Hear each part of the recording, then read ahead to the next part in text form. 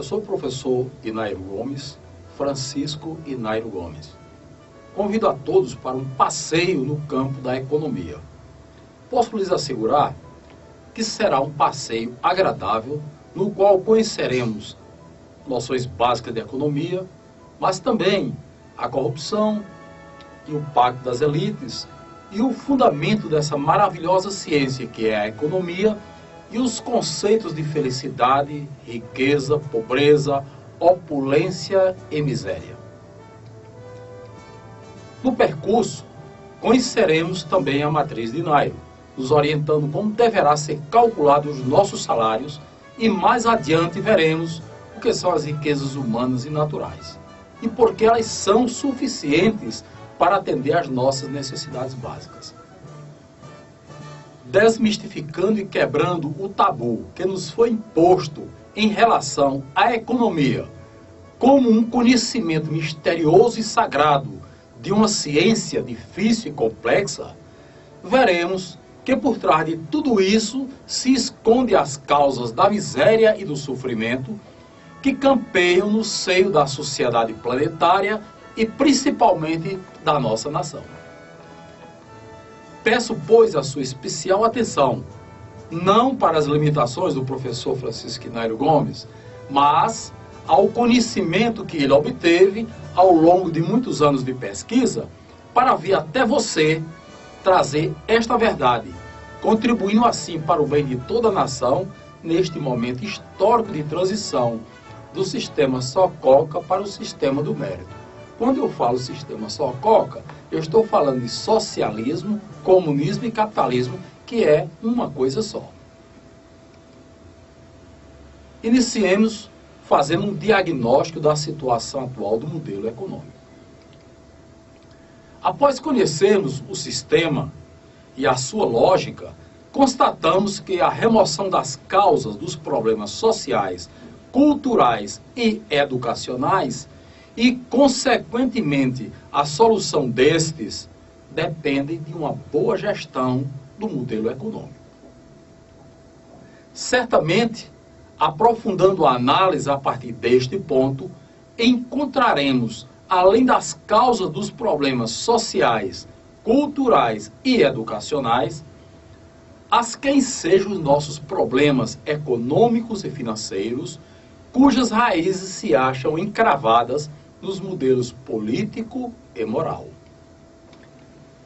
Lembramos que continua valendo o convite ao abandono da crítica e da procura de culpados para não sairmos do foco da análise das causas e busca das soluções. Este alerta é para fazer a seguinte advertência. O que vamos falar agora não é uma crítica nossa, mas um diagnóstico da situação do modelo econômico a partir de uma síntese dos próprios discursos políticos do atual sistema, os quais são muito conhecidos entre nós. São assim, mais ou menos, esses discursos.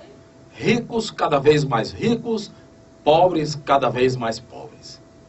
Esta é a consequência do modelo econômico espúrio, injusto e concentrador de riquezas. Como explicar e aceitar a realidade de milhões e milhões de pessoas desempregadas, subempregadas, recebendo salário de fome e na miséria, enquanto milhares e milhares de micro, pequenos e médios empresários, sem receber o necessário crédito, quebram, perseguidos e explorados pelo Estado, bancos e transnacionais? De um lado, milhares e milhares de hectares de terras improdutivas. De outro, milhões e milhões de mãos ociosas a mendigar o pão de cada dia. Enquanto, de um lado, milhões de analfabetos, enfermos, desabrigados e injustiçados reclamam por educação, saúde, habitação e justiça, de outro lado, educadores, médicos, engenheiros e advogados reclamam em vão do desemprego, do subemprego, da falta de condições e da inércia do Estado, a quem incumbe oferecer soluções para todos esses problemas. Corrupto é o governo, e é execrável o seu conchavo com os bancos e com as empresas transnacionais, a quem favorece, ora através das políticas cambial de remessas indiscriminadas de lucros e de juros escorchantes, ora através de incentivos fiscais, isenções tributárias e da política de preços livres que enchem os bolsos dos opulentos em prejuízo dos mais humildes. Não devemos mais aceitar a má distribuição das riquezas e das oportunidades, a eterna falta de dinheiro no bolso, a miséria, o analfabetismo, a mendicância, o menor abandonado, a prostituição infantil, a crescente criminalidade, a superpopulação dos presídios, as febens e funabens da vida. Nem tampouco o clientelismo, o fisiologismo, as mordomias, a impunidade, as renitentes desigualdades econômicas e sociais, o eterno problema das cheias, catástrofes e das secas do Nordeste. Pelas mesmas razões, não podemos mais concordar com a falta de saneamento básico, as deficiências dos serviços de saúde pública, as epidemias, a corrupção, as obras superfaturadas, os desvios de verbas públicas, a dependência estrangeira. Muito menos as ingerências perniciosas do FMI em nossa economia, os desequilíbrios da balança comercial, as dívidas externa e interna, a quebra fraudulenta de bancos, as oscilações do câmbio, os ataques especulativos à nossa moeda.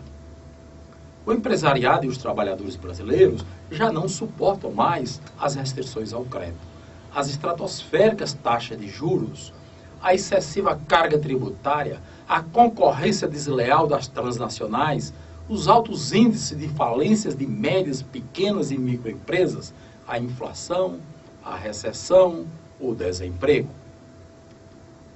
Basta de sucessivas desculpas de crises externas para justificar os desmandos internos, como a crise do petróleo, a guerra do Oriente Médio, a guerra do Golfo Pérsico, a crise da Argentina, a crise de energia, os sem terra, os sem tetos, os sem pães, os sem vergonhas, crise de homens. O mais lamentável deste belo e verdadeiro discurso, muito com muitos políticos do Sococa, e quando eu digo Sococa, estou me referindo a socialismo, comunismo e capitalismo, quando insatisfeitos ou na oposição. É a forma demagógica como eles o concluem, revelando propósitos meramente eleitoreiros. Eles terminam o seu discurso geralmente assim: contra todo esse estado de coisas, votem no meu partido, votem em mim.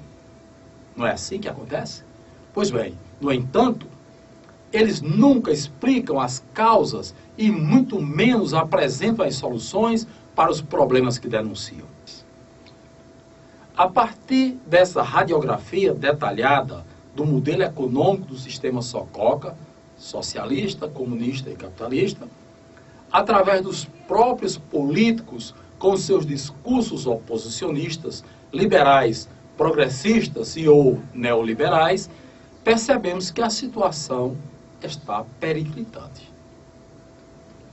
Para tanto, acreditamos que deve existir uma causa que atinja os seres humanos enquanto indivíduos, as organizações em que trabalham, que são as empresas, assim como a economia como um todo, que é o conjunto de todas as empresas.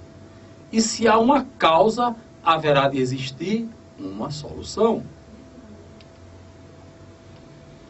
É na explicação das causas e principalmente na apresentação de alternativas e soluções para tantos problemas que reside a diferença entre o discurso Sococa e o discurso do mérito, o qual daremos início a partir deste momento.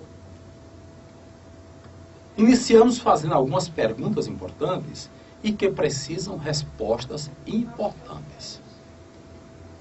Por exemplo, o que é o trabalho? E nós dizemos que o trabalho é uma riqueza. Aliás, a mais importante de todas elas. E o que é o dinheiro?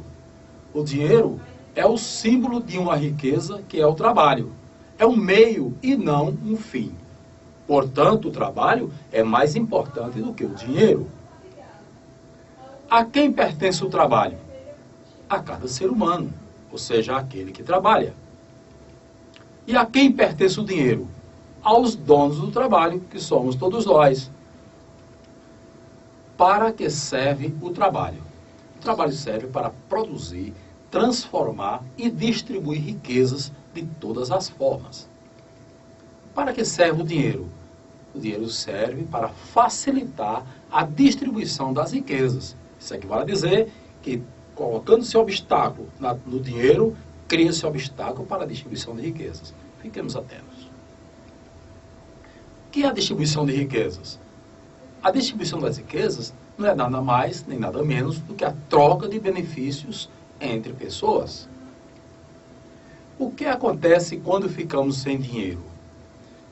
Quando ficamos sem dinheiro, nós ficamos fracos e privados de receber ajuda da sociedade e principalmente de poder retribuir essa ajuda. Como um pássaro com as asas cortadas, sabendo voar, mas sem poder voar. Quem é que pode e deve distribuir riquezas?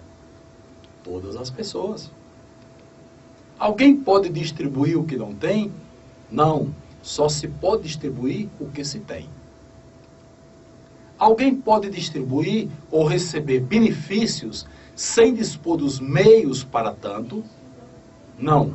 Os meios são indispensáveis para se atingir os fins. O dinheiro traz felicidade? A resposta é diretamente não. Indiretamente, sim. A falta de dinheiro causa infelicidade, miséria e sofrimento? Sim, tanto direta como indiretamente. O que é a felicidade? A felicidade é a satisfação de necessidades. As necessidades satisfeitas, ficamos felizes. Nós estamos felizes, ou seja, estamos com todas as nossas necessidades básicas plenamente atendidas? Quantos dias, horas, minutos, segundos seria considerado normal um ser humano como você, como eu, como nós, ficarmos sem dinheiro?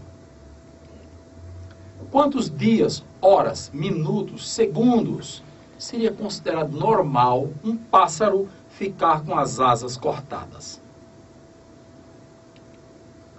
Por que muitas vezes ficamos sem dinheiro? Desde o dia do nosso nascimento até hoje, quantos dias, horas, minutos, segundos, você, eu, nós, ficamos sem dinheiro? Qual pássaros com as asas cortadas? Quantas vezes as nossas empresas, ou as empresas em que trabalhamos, ficaram sem dinheiro no caixa? Devemos considerar normal uma empresa ficar sem dinheiro no caixa para pagar os seus compromissos, principalmente a folha de pagamentos dos seus funcionários? O que é ideal? Ter dinheiro sempre para comprar à vista e pagar um preço justo, ou não ter dinheiro e sempre ser obrigado a comprar fiado e pagar mais caro? Com certeza, cada um de nós tem a resposta certa para todas essas perguntas, e elas podem ser resumidas numa só resposta. Nenhum ser humano ou empresa deve ficar sem dinheiro em momento algum, pois isso representaria um intolerável cerceamento da liberdade. O ser humano não pode mais aceitar o cerceamento da sua liberdade. A única exceção aceitável, com as necessárias cautelas, é a imposição de restrição da liberdade ao ser humano quando decorrente da aplicação de uma pena pelo cometimento de um delito. Aí sim, o ser humano cometeu um delito, tem que ser apenado. Neste momento, tem que haver uma restrição de liberdade. Mas, noutra situação, precisamos muito cuidado para aceitar isso, porque o cerceamento da liberdade é um dano irreparável para a vida de todo ser humano. O dinheiro é o símbolo do trabalho. um meio, apenas um meio, que faculta ao ser humano dispor das riquezas existentes na economia para servir aos seus semelhantes e receber destes a necessária reciprocidade. Criar obstáculos ou pretextos para deixar o ser humano sem dinheiro é um duplo crime. Primeiro, porque cesseia o seu direito de servir, que é ser solidário. E segundo, porque subtrai dos seus irmãos, dos seus semelhantes, os benefícios do seu serviço, que é a solidariedade. O gestor de um Estado que concede ou contribui para que isso ocorra na sociedade, ou está despreparado, ou está sendo desonesto, pois esta é uma decisão política, uma mera e elementar questão de gestão ou de gerenciamento do Estado. Na sequência, apresentaremos as noções básicas de economia, a fonte da corrupção e o pacto das elites. Com certeza, você agora vai entender muito bem esse jogo, que é muito simples de entender e de suma importância para as nossas vidas e para a vida de toda a sociedade. Vamos conhecer. Adquira os vídeos, faça a sua coleção completa das mídias físicas originais e conserve-a como uma relíquia, com muito carinho e cuidado, para exibi-los no trabalho, na escola, aos amigos, na comunidade e principalmente em casa, à sua família. Forme seu grupo de estudos, aprofunde o seu conhecimento da verdade sobre a ética, a cidadania e a gestão, pois só assim seremos cidadãos e cidadãs livres. A liberdade, gente, é o dom divino mais precioso. Não há venda, não há troque jamais por nada desse mundo.